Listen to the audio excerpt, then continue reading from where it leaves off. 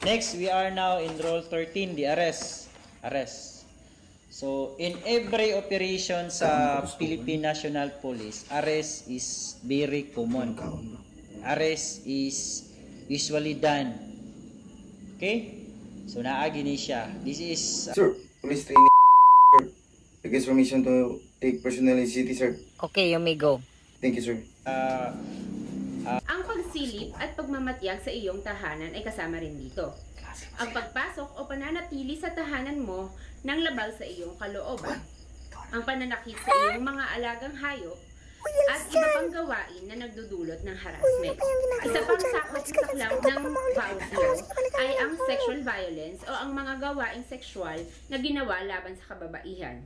Kagaya ng rape, sexual harassment o acts of misogynist. Saklaw nito ang pagtrato sa iyo o sa iyong anak bilang sex object.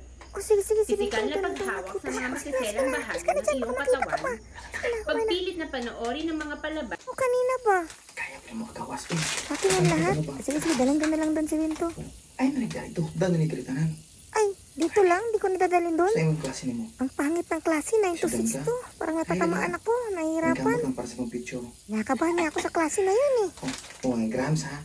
Punta na dali. Hala, salamat talaga si Binto ha. Basta andyan ka talaga, di talaga ako magugutom. Lagi. Alagang-alaga mo talaga ako pa. Di mo talaga ako pinapagutom. Salamat talaga si Binto. Makanting si Arwa. Uy, baka pasukin tayo ng mga kaklase natin dito. Sige na, wala. May tao kayo na klase man. Hindi mo talaga mapigilan yung libog mo pa. Quickie lang, quickie. May pakwiki-kwiki ka pang nalalaman ha. Ikaw talaga si Binto. Uy, di ta kapagot man. Every time magklase, datan ta pagkaon. Take life ang taka. Klaipan nga, pero may kapalit naman. Sige na. Bilisan lang natin ha. Huwag natin tagalan ha. Ito, tuwan, dahan-dahan lang to. Sige na, ganin mo na yung anong Ay, papapa ko na. Papasok ko na. Sige na, bilisan mo na.